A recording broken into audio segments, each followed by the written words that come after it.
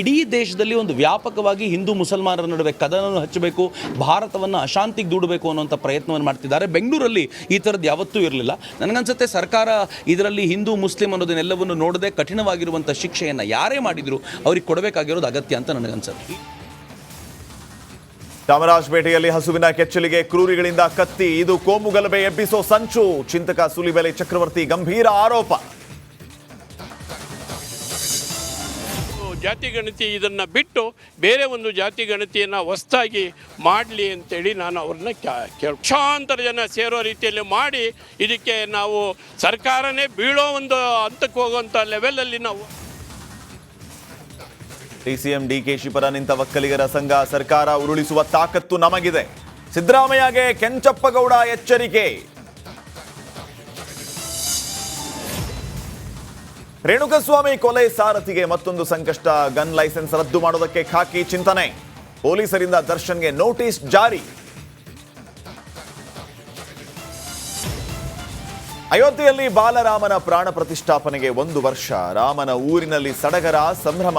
Republic ಕನ್ನಡದಿಂದ ground report.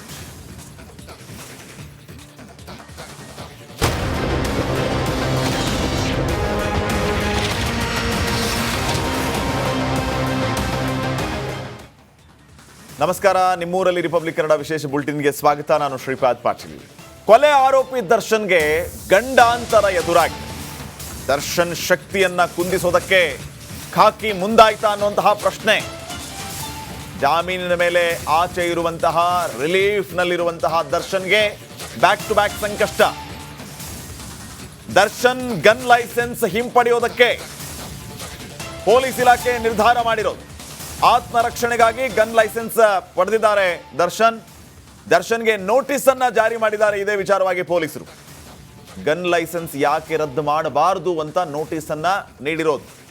7 ದಿನಗಳ ಒಳಗೆ ಉತ್ತರ ನೀಡುವಂತೆ ಪೊಲೀಸರು ಸೂಚನೆಯನ್ನ ಕೂಡ ಕೊಟ್ಟಿದ್ದಾರೆ. ಈ ನೋಟಿಸ್ನಲ್ಲಿ 10ನೇ ತಾರೀಕು ದರ್ಶನ್ಗೆ ಪೊಲೀಸರು ನೋಟಿಸ್ ಅನ್ನ ಕೊಟ್ಟಿದ್ದಾರೆ.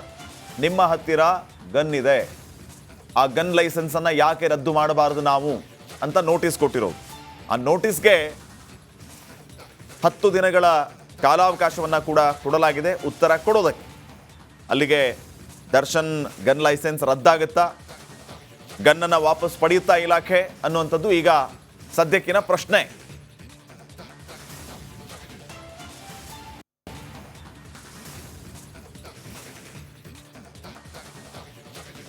ಈ ಬಗ್ಗೆ ಇನ್ನಷ್ಟು ಮಾಹಿತಿಯನ್ನ ನೀಡ್ತಾರೆ ಪ್ರತಿನಿಧಿ ಮಾದೇಶ್. ಈಗ ನೇರ ಸಂಪರ್ಕದಲ್ಲಿ ಜಾಯ್ನ್ ಆಗ್ತಾ ಇದ್ದಾರೆ. ಮಾದೇಶ್, ತುಂಬಾ ದಿನಗಳ ಹಿಂದೆನೇ ಆಗ್ಬೇಕಾಗಿತ್ತ ಅಂತ ಈ